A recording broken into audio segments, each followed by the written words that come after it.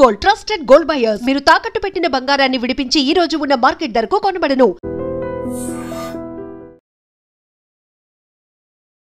Recent గా కొత్తగా కలకలం రేపుతున్న వైరస్ అదే విధంగా అందరినీ కూడా కలవరపెడుతుంది స్క్రబ్ టైఫస్. అసలు ఏంటి స్క్రబ్ టైఫస్ గురించి ఎందుకు ఇంత ఆందోళన చెందాల్సిన విషయం, ఎందుకు ఎప్పుడూ లేనిది కొత్తగా రీసెంట్ గా ఈ పేరు ఎందుకు ఇలా మారిపోతుంది, అసలు స్క్రబ్ టైఫస్ అంటే ఏంటి, స్క్రబ్ టైఫస్ లక్షణాలు ఎలా ఉంటాయి, అసలు దేని వల్ల ఈ స్క్రబ్ టైఫస్ అనే వ్యాధి వస్తుంది. సో ఇలాంటి క్వశ్చన్స్ అన్నింటిలో కూడా మనకి ఆన్సర్ తెలిపేందుకు మన ముందు ఉన్నారు ప్రభుత్వ సర్వజన ఆసుపత్రి వైద్య నిపుణులైనటువంటి డాక్టర్ సుదర్శిని మేడం. మేడం నమస్తే. మేడం నమస్తే అండి. మేడం అసలు స్క్రబ్ టైఫస్ ఏంటి, స్క్రబ్ టైఫస్ ఈ పేరు రిపీటెడ్ గా ఒక 1 వీక్ నుండి బాగా వస్తుంది. అసలు ఏంటి వైరస్ అంటే ఏంటి, అసలు ఈ వైరస్ దేని వల్ల వస్తుంది, ఈ వైరస్ యొక్క లక్షణాలు ఏంటి మేడం? స్క్రబ్ టైఫస్ అనే వ్యాధి ఒక గ్రామ్ నెగటివ్ బ్యాక్టీరియా నుంచి వస్తుందండి. దాన్ని ఓరియంటియా సుసుముగాషి అనే గ్రామ్ నెగటివ్ బ్యాక్టీరియా ద్వారా ఈ వ్యాధి అనేది సంక్రమిస్తుంది. ఇది మనుషులకి ఒక మైట్ అంటే నల్లి లాంటి ఒక పురుగు ద్వారా, ట్రాంబిక్యులాయిడ్ మైట్ అంటారు, ఆ పురుగు ద్వారా, ఆ పురుగు కుట్టడం ద్వారా మనుషులకి వ్యాప్తి చెందుతుంది అనమాట అండి. ఈ స్క్రబ్ టైఫస్ అనేది ముందు నుంచి ఉంది. ఈ మధ్య కాలంలో ఈ వర్షాలు పడిన తర్వాత ఈ కాలంలో ఎక్కువ అవడం మూలాన మనకు విజయనగరం జిల్లాలో కూడా స్క్రబ్ టైఫస్ కేసెస్ రావడం అనేది జరుగుతుంది. ఈ స్క్రబ్ టైఫస్ వ్యాధి లక్షణాలు ఏంటంటే ఆ పురుగు పుట్టిన చోట ఒక చిన్న పుండులాగా వస్తుంది. దాన్ని ఎష్కార్ అంటారు. ఆ ఎష్కార్ అనేది చూడడానికి ఎలా ఉంటుందంటే కాల్చిన మచ్చలాగా, ఒక సిగరెట్ తో కానీ దేనితోనైనా కాలిస్తే ఒక మచ్చ ఎలా ఉంటుందో ఆ మచ్చలాగా ఉంటుంది. ఇనిషియల్ గా పేషెంట్స్ కి నార్మల్ జ్వరం కానీ, దగ్గుర్లు కానీ, ఒంటి మీద సివియర్ బాడీ పెయిన్స్ కానీ ఇలాంటి లక్షణాలతో మనుషులు పేషెంట్స్ అనే వాళ్ళు రావడం జరుగుతుంది. పురుగు పుట్టిన తర్వాత ఎక్కడైతే పురుగు పుడుతుందో అక్కడ ఎష్కార్ ఫార్మ్ అవుతుంది, జ్వరం వస్తుంది, తీవ్రమైన ఒళ్ళు నొప్పులు వస్తాయి, బలహీనంగా ఉంటారు, ఒంటికి దద్దుర్లు కూడా వచ్చే లక్షణాలు ఉంది. ఇవి ఇనీషియల్ గా మనం డయాగ్నోస్ చేసి వెంటనే మందులు స్టార్ట్ చేసినట్టయితే చక్కగా తగ్గిపోతుంది, నార్మల్ అయిపోతుంది. దీనికి సంబంధించిన ఇన్వెస్టిగేషన్స్ పరీక్షలు ఏంటి అంటే స్క్రబ్ టైఫస్ యాంటీబాడీస్ అనే పరీక్షని చేస్తారు. IFA అంటే ఇండైరెక్ట్ ఇమ్యునోసార్బిడెంట్ యాంటీబాడీ టెస్ట్ కానీ, ఎలిసా టెస్ట్ కానీ, PCR టెస్ట్ చేయడం మూలాన IgM యాంటీబాడీస్ స్క్రబ్ టైఫస్ కి నిర్ధారణ అవుతుంది అనమాట.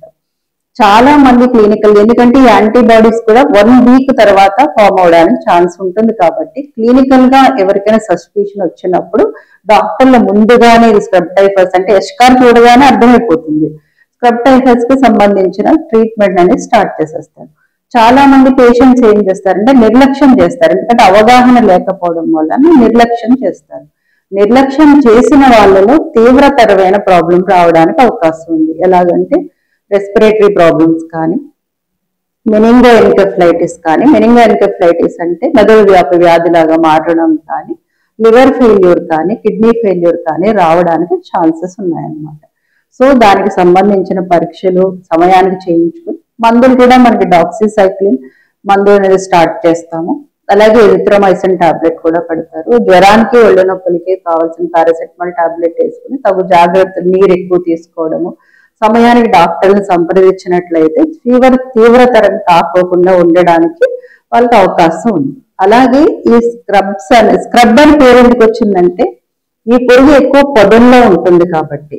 సో ఎవరైతే మనుషులు ఎక్కువ పొలాల్లో పనిచేస్తారో, బహిరంగంగా మూత్ర విసర్జనకి, మల విసర్జనకి వెళ్తారో అలాంటి వాళ్ళల్లో ఈ పురుగు అనేది ఈ పొదల్లో ఉంటుంది కాబట్టి ఆ పొదల్లో నుంచి వచ్చి వాళ్ళని కుట్టడానికి అవకాశం ఉంది. సో వాళ్ళు ఇలాంటి ప్రదేశాలకు వెళ్ళినప్పుడు ఫుల్ గా కవర్ చేసుకోవడం, వస్త్రాలని ఫుల్ గా కవర్ చేసుకొని ఉండడం.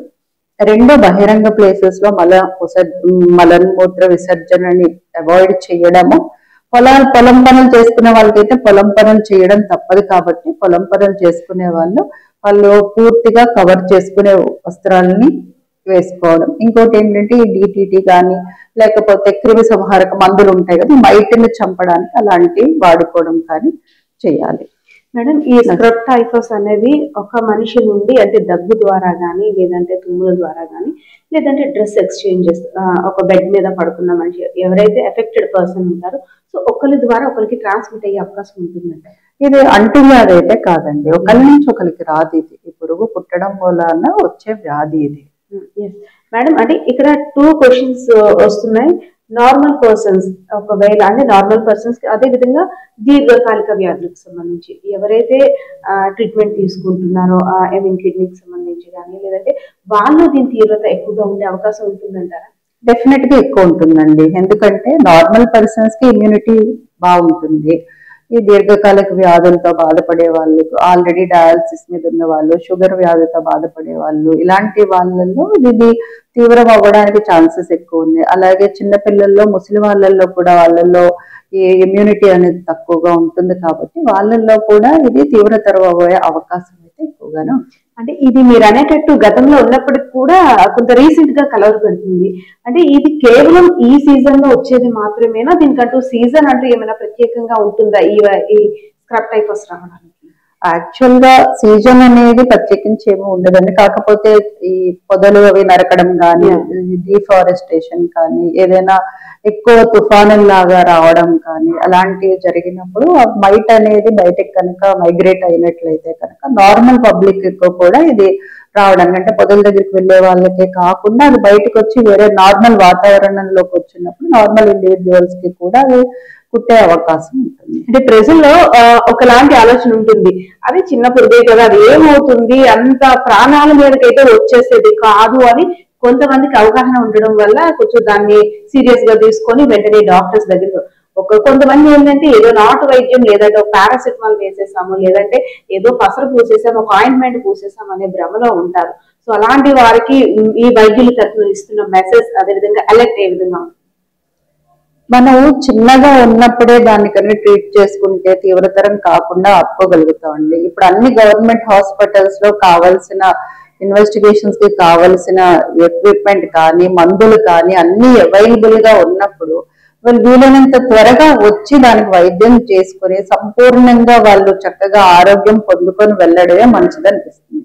ఏ చిన్నదాన్నైనా సరే నెగ్లెక్ట్ చేయకుండా 24 గంటలు అందుబాటులో ఉన్న హాస్పిటల్ సర్వీసెస్ ని గవర్నమెంట్, ఈ విజయనగరం గవర్నమెంట్ మెడికల్ కాలేజే కావచ్చు, చుట్టూ ఉన్న ఎన్ని పిహెచ్సిస్, సిహెచ్సిల్లో కూడా వైద్య పరికరాలు ఉన్నాయి, డాక్టర్లు అందుబాటులో ఉన్నారు.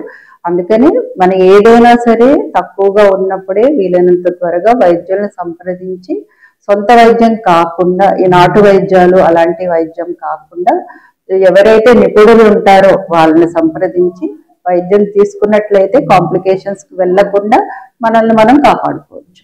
Thank you ma'am. నమస్తే. ఎస్, కంపల్సరిగా ప్రతి ఒక్కరికి కూడా అవగాహన తప్పనిసరి. ఎందుకంటే ఏదైనా ఆ పరిధి దాటి మన ప్రాణం మీదకి వచ్చేదానికన్నా ముందుగానే ఎలర్ట్ అయ్యి ఎవరెవరైతే ఎక్కువగా పొలం పనులకు సంబంధించి, అదేవిధంగా చెట్లు పొదల్లో పని చేయాల్సి వస్తుందో వాళ్ళందరూ కూడా ఫుల్ గా డ్రెస్సెస్ వేసుకొని వారి బాడీని ప్రొటెక్ట్ చేసుకోవాలి. బహిరంగ మల విసర్జన, మూత్ర విసర్జన కారణంగా కూడా వచ్చే ప్రమాదం కూడా ఉంది. ఎందుకంటే చెట్లు చాటున ఎలాంటి ప్రమాదం ఏ విధంగా పొంచి ఉందో కూడా ఎవరికి తెలియదు కాబట్టి, సో ఏదైతేనే కంపల్సరిగా ప్రజలందరిలో కూడా అవేర్నెస్ రావాలి, ప్రజలందరూ కూడా అలర్ట్ గా ఉండాలని అయితే ప్రభుత్వ వైద్య నిపుణులు చెప్తున్న పరిస్థితి అయితే కెమెరా పర్సన్ బాలకిషోర్తో Padma, iDreams Media Vision. And for more videos, please subscribe to iDream. Please subscribe to iDream. Please subscribe iDream. And please subscribe to iDream. For more videos, subscribe to iDream. please like, share and subscribe to the channel. Congratulations, iDream. Subscribe to iDream. Subscribe to iDream. So subscribe to iDream Media. iDream ki, iDream team andarki huge congratulations. Please subscribe iDream Media. Please subscribe to iDream. Subscribe iDream. Please subscribe to iDream. iDream అంటే నా కళల channel subscribe చేసుకున్న నోరు తిరుగుతలేదు, మీరైతే గంట గుర్తు కొట్టండి. For more such videos, please subscribe to iDream. Subscribe to iDream. Please subscribe to iDream. Please subscribe iDream Media. Please do subscribe to iDream. Please subscribe to iDream Media. For best entertainment and information, please subscribe iDream. And don't forget to subscribe to iDream.